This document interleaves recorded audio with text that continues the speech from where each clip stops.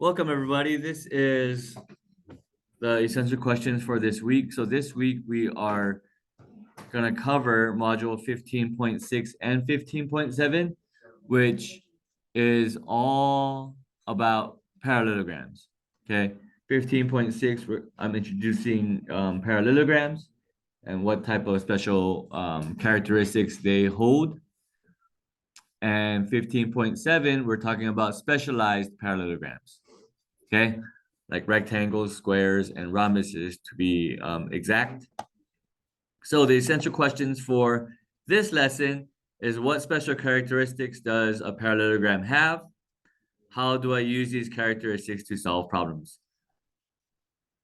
Pretty basic. So here we go with the first one. So this is a parallelogram. Okay. The characteristics of a parallelogram is they will always have opposite sides, which are congruent. Okay, so these tick marks here mean that they're congruent. Okay, there's two here and there's two here. So the different number of tick marks signifies different lengths. Okay, so opposite sides of a parallelogram are congruent. Okay, so AB is congruent to CD, and AD is congruent to CB. All right? So that's what you have to remember. The second characteristic is that opposite sides are parallel. So remember the little arrow marks that we make to signify that they are parallel. Okay, so these arrow marks here and here, they're parallel with each other. And here and here, opposite sides are parallel. Okay, so what we know about parallel lines and what special angles they create will be a part of your prior learning that you guys will need. All right. And then the next one is that I put opposite sides are congruent twice. Opposite, not sides, here for the third one. Let's put angles. Okay, opposite angles are congruent.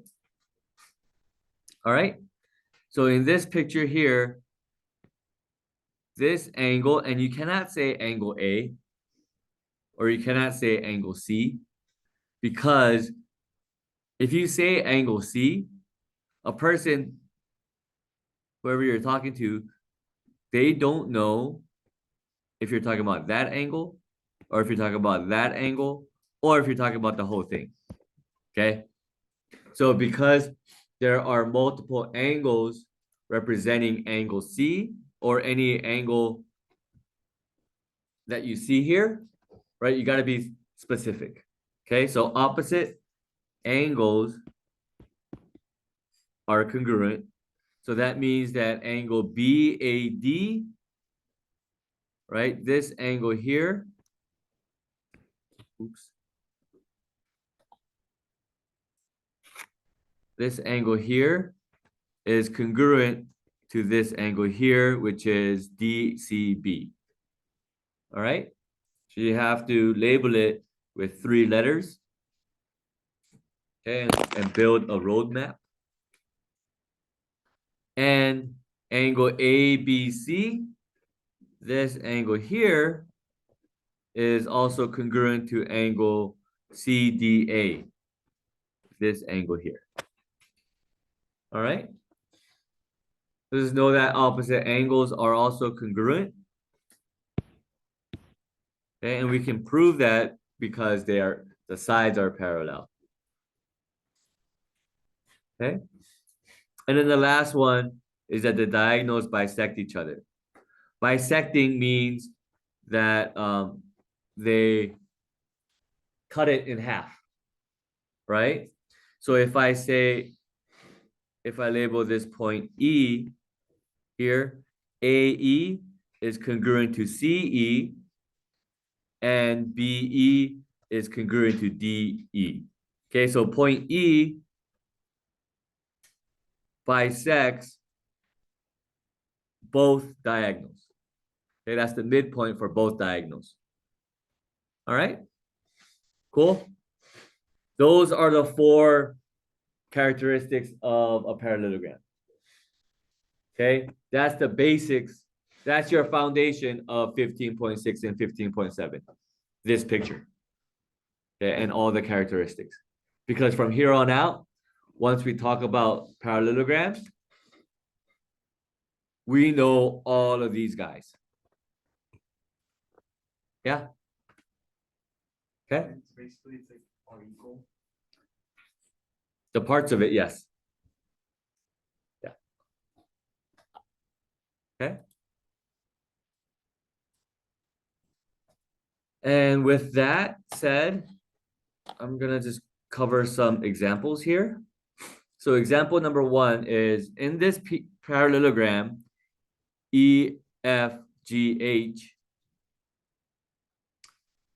if angle HEF is 35 degrees, so this angle given right here is 35 degrees. How do I find angle GHE?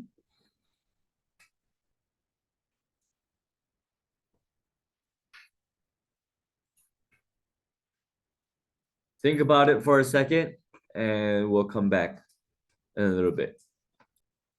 Now, you guys have to remember, it's a parallelogram, right? It's given to us that it's a parallelogram, right? We just went over the characteristics of what a parallelogram is. What are the characteristics? Give me one. Opposite sides are congruent, okay? What else? So opposite sides are congruent. Remember, these tick marks represent different side lengths. Yes. Opposite sides are parallel, correct? So I can say that this side is parallel to this side, and these 2 sides are also parallel. Okay. Now, how do I use this information to figure out angle EHG? Or not, yeah, EHG or GHE. How do I figure that out? Take a second to think about it, and we'll come back in a little bit. I hope that you guys got it, but I'll go over it right now. I know that these sides are parallel. So EF and GH are parallel with, I'm going to use side EH as my transversal. Okay. So if I do that, then this angle 35 degrees, right? Or FEH and angle GHE are same side interior angles. Okay. And I know same side interior angles, they have to add up to 180. Okay.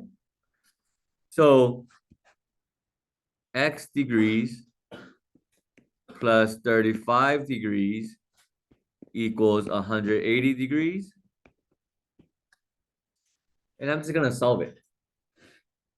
Okay, if you go ahead and solve it, subtract 35 from both sides. Then you get X equals 180 minus 35, that's 145.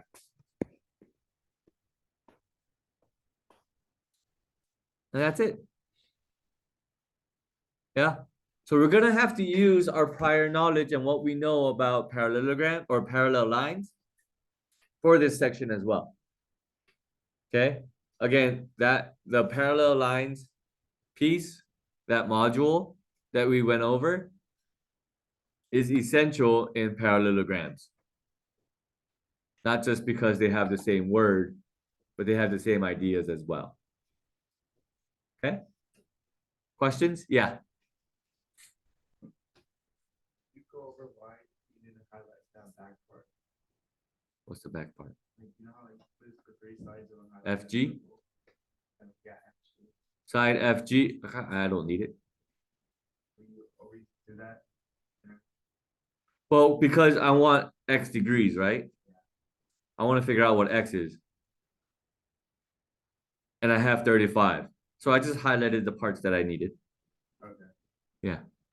Like if there would be like another number across from 35, and you highlight that section too. Sure.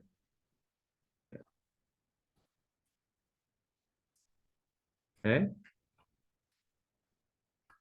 So the next example I have for you is this.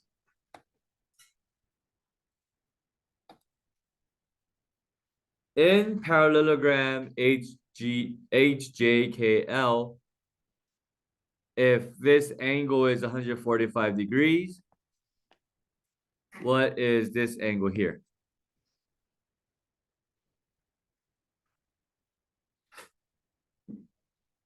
If you study the characteristics of a parallelogram, this should be simple.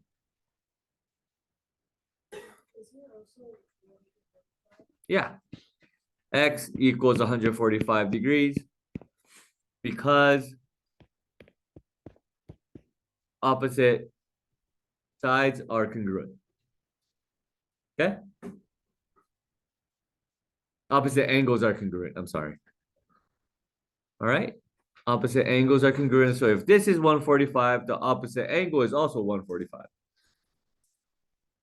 Cool? Yeah? Okay.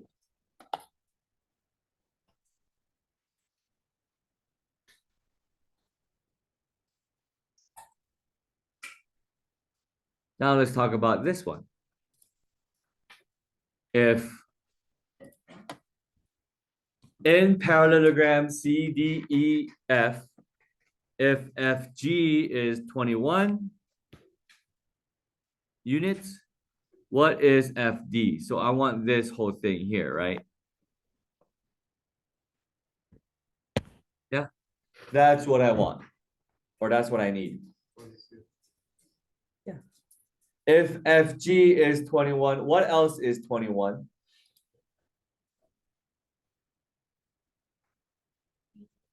DG is also 21, right? So if I want the whole thing, 21 plus 21 is FD would equal 21 plus 21, which is 42. Okay? Simple, right?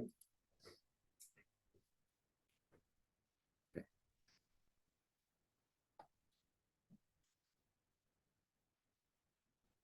Let's try this one. In parallelogram GHJK,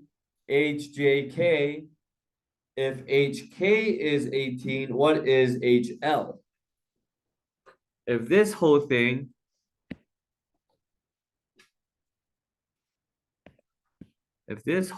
here is 18, what is HL? This. That's what I want to figure out.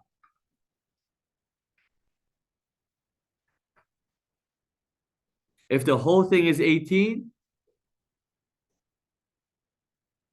what is HL? 9. Yeah, because it's half of 18, right? Because that's 9 and that's 9. Right? So HL equals 9. Simple. Right? Okay.